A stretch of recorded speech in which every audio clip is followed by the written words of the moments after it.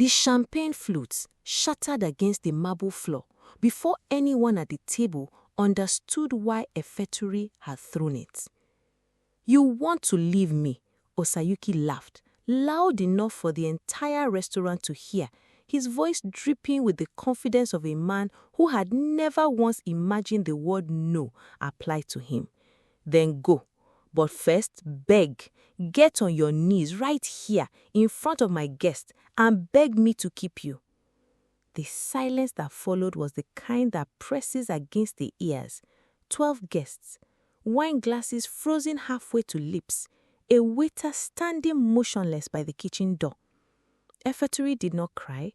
She did not shake. She reached under the table, pulled a small leather bag from beside her chair, a bag she had packed 3 nights earlier and hidden in the trunk of her own car, and set it on the white tablecloth with a soft thud that somehow sounded louder than the shattered glass. "I already left, Osayuki," she said, her voice steady as stone. 4 years ago, you just never noticed." She placed a folded document beside the bag, divorce papers, already signed. If you are new here, hit subscribe before you go any further, because this story is about to take you somewhere you will not see coming and you do not want to miss what happens next. Osayuki's mouth opened, but nothing came out. His guests exchanged glances. His mother, seated at the far end of the table, pressed a hand to her chest. "You planned this," he said finally, voice cracking with disbelief. "I planned everything," Efeturi answered, rising from her chair with a calm that made the room feel smaller. "I walked out of that restaurant without a single look back, her heels echoing against the tiled floor like a countdown." Outside, the Lagos night air hit her face, and for the first time in 4 years, she breathed like a woman who owned her own lungs. But to understand how a wife could walk away from a marriage without a single tear, you have to go back. Back to the mornings nobody saw. 4 years earlier, Efeturi woke at 4:15 every single morning while Osayuki slept beside her, her arm heavy across the mattress and his breathing undisturbed by the fact that her wife's side of the bed was already cold. She would sleep silently, pull a cardigan over her nightdress, and sit at the tiny desk in the boys' quarters she'd converted into an office he thought was her sewing room. There, by the glow of a borrowed laptop, she built something Osayuki never bothered to ask about. "What's all this paperwork, Efe?" he mumbled once, half asleep, when he caught her creeping back into bed at dawn. "Just a small hobby," she whispered, kissing his forehead the way she used to before the marriage hollowed itself out. He never asked twice. That was the tragedy of it. He never asked twice about anything that mattered. Her best friend, Preye, was the only person who knew the truth. They met every Sunday afternoon at a small cafe in Lekki, away from Osayuki's friends, away from his mother's spies disguised as family well-wishers. "You are building a whole consulting firm under his nose," Preye said one afternoon, staring her tea with wide, disbelieving eyes. "And he thinks you are just, what, doing crafts?" "I think he thinks I'm decorating," Efeturi said with a dry laugh that carried more pain than humor. "Let him think that." "Efe, why are you hiding this from your own husband?" Efeturi's jaw tightened. "Because the moment he finds out I don't need him, he'll find a way to make me feel small about it. He always does." Preye reached across the table and took her hand. "Then why are you still there?" Efeturi didn't answer immediately. Her eyes drifted toward the window, toward the Lagos traffic crawling past, toward a life she had once believed would be beautiful. "Because I remember who he used to be," she whispered finally, "before the money, before the parties, before he learned that laughing at me in public made him feel bigger." She remembered a different Osayuki, the one who had shown up at her father's compound in a borrowed car, nervous and sincere, begging for one dance at her cousin's wedding.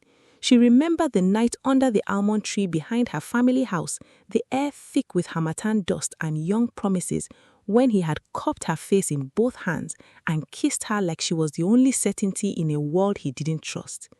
"I'm going to marry you one day, Efeturi Okimeti," he had murmured against her lips, breathless, sincere. She believed him completely. No, she stopped herself. She believed him with her whole chest, believed him enough to follow him from a rented room in Aja to a mansion in Ikoyi, believed him enough to watch him change, piece by piece, laugh by cruel laugh, until the man who once memorized her fears now used them as punchlines at dinner parties. That memory was why leaving took 4 years instead of 4 days. Back in her office at the consulting firm nobody knew she owned, Efeturi stared at her first 6-figure contract, signed and sealed, sitting in a drawer beside a framed photo of her and Osayuki on their wedding day. She'd hid the contract the same way she hid everything else, in plain sight, disguised as nothing.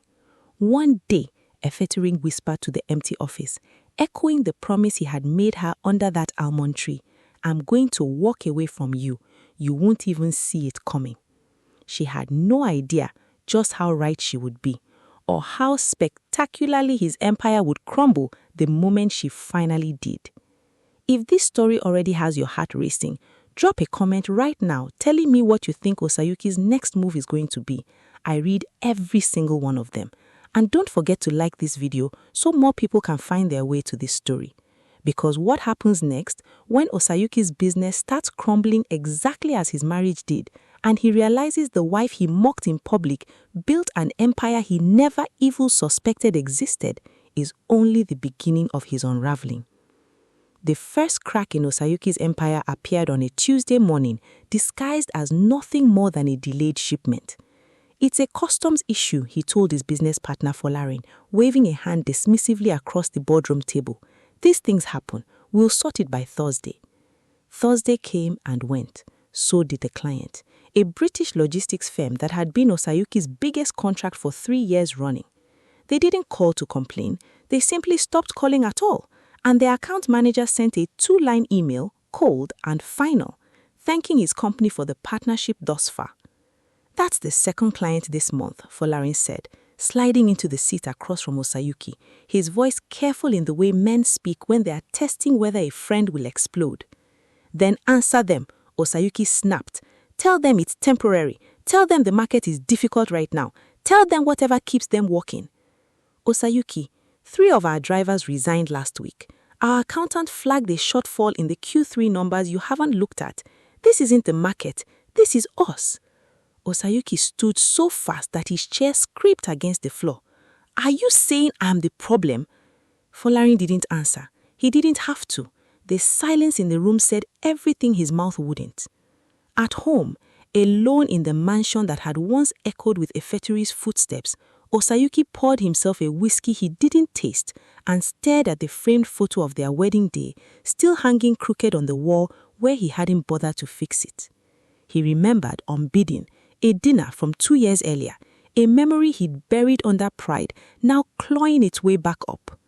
"You cooked this," he had said that night, laughing in front of his business associates as Efeturi set a dish of jollof rice on the table, her hands still trembling slightly from the heat of the stove. "Efe, be serious. Who taught you? Because whoever it was should be arrested." The table had laughed. Efeturi had laughed too, a small, practiced sound, the kind a woman makes when she has learned that arguing only earns her a longer lecture later behind closed doors about embarrassing him in front of guests. "I was only joking, my dear," he'd said afterward, pulling her close in their bedroom, kissing her neck the way he always did when he wanted forgiveness without asking for it. "You know I love your cooking. You take everything too seriously." She had let him kiss her that night. She had let him believe the apology was enough.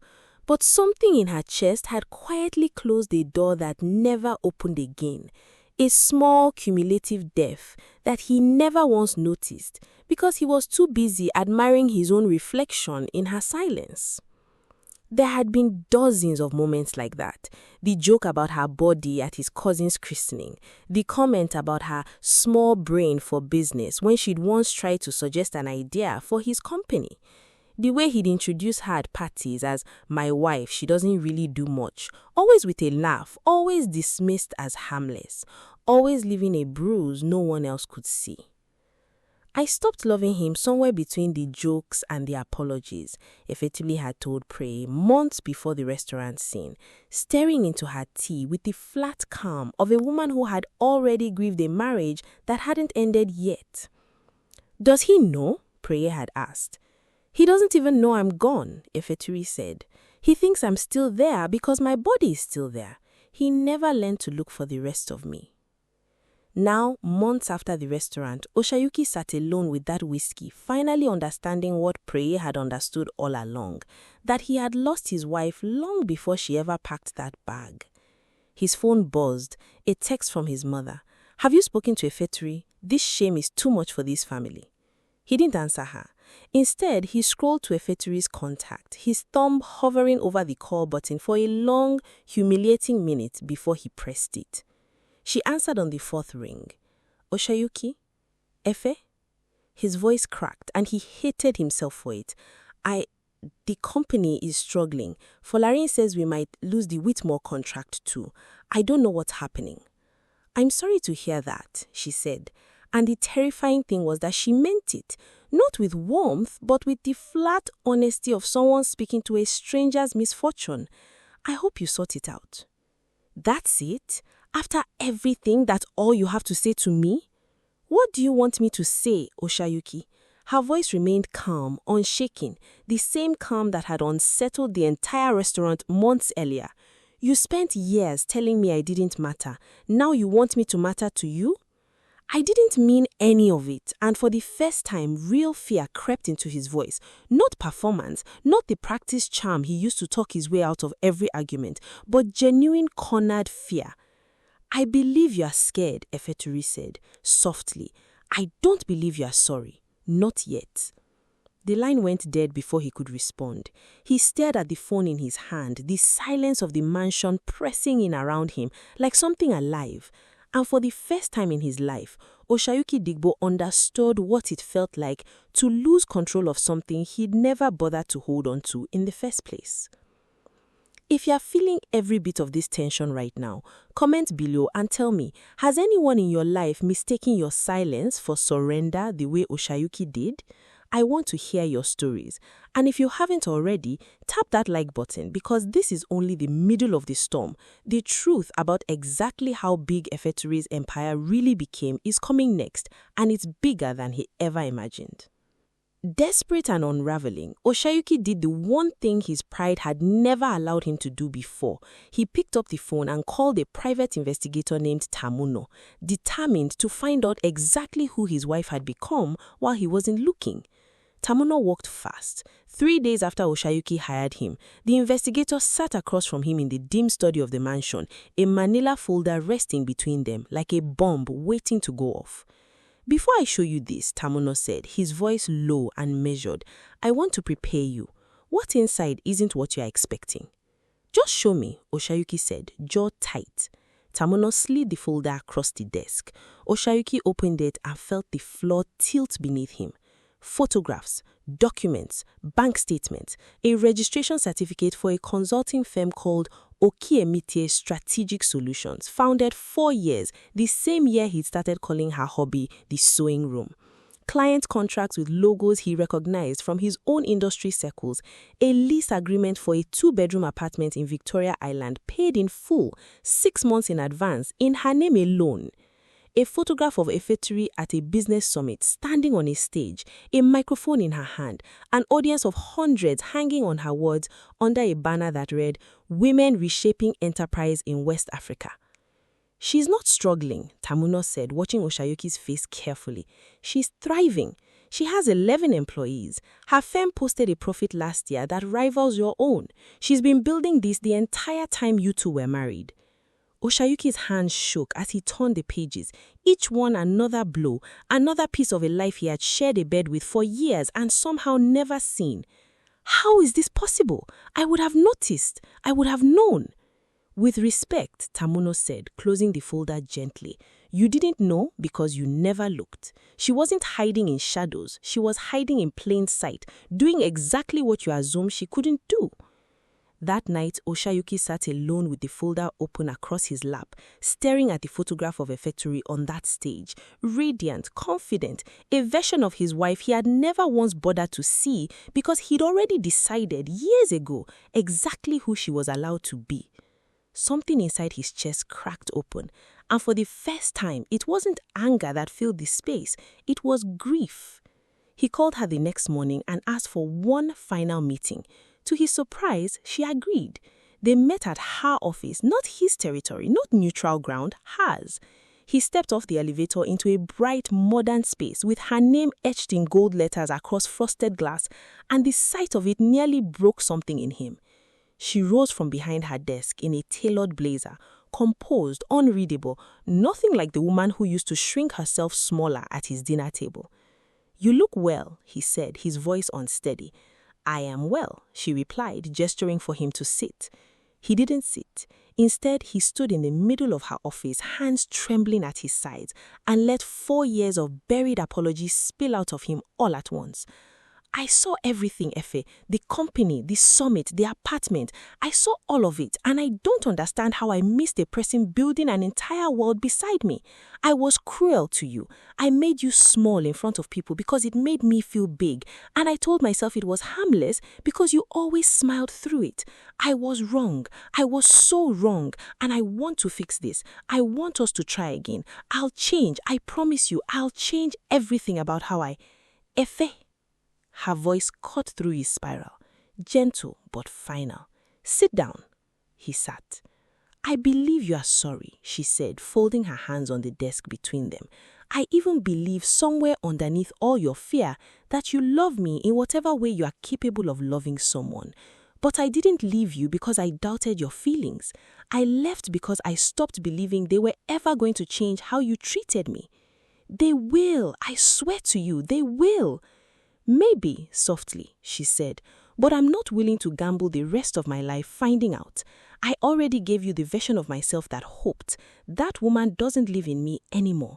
I buried her the night you laughed at my cooking in front of your friends, and I kept burying pieces of her every time after that until there was nothing left to offer you." Tears gathered in his eyes, but for the first time, he didn't try to talk his way past her words. "So this is it, after everything we built?" "You didn't build anything with me, Osayuki. You built a life and you expected me to decorate the edges of it. I built something of my own because I had to. Because somewhere in those 4 years, I realized no one was coming to save me, so I saved myself." She stood, walked around the desk, and for a moment, standing close enough that he could smell the perfume he used to buy her, he hoped that she might soften. Instead, she extended her hand. "I wish you well, truly. I hope you rebuild your company. I hope you find peace. But I'm not the one who's going to walk beside you while you do it." He shook her hand because there was nothing else left to do, and walked out of her office a smaller man than he had ever imagined he could become. Weeks later, Efeturi stood at the window of her apartment in Victoria Island, watching the Lagos skyline glow gold at sunset, Preye beside her with 2 glasses of wine. "And any regrets?" Preye asked. Efeturi shook her head slowly, a small, unshakable smile settling on her face. "Not one. I spent 4 years building my own light in silence. I was never going to let anyone blow it out again." Sometimes the loudest revenge isn't shouting. It's simply refusing to beg for a seat at a table that was never truly yours.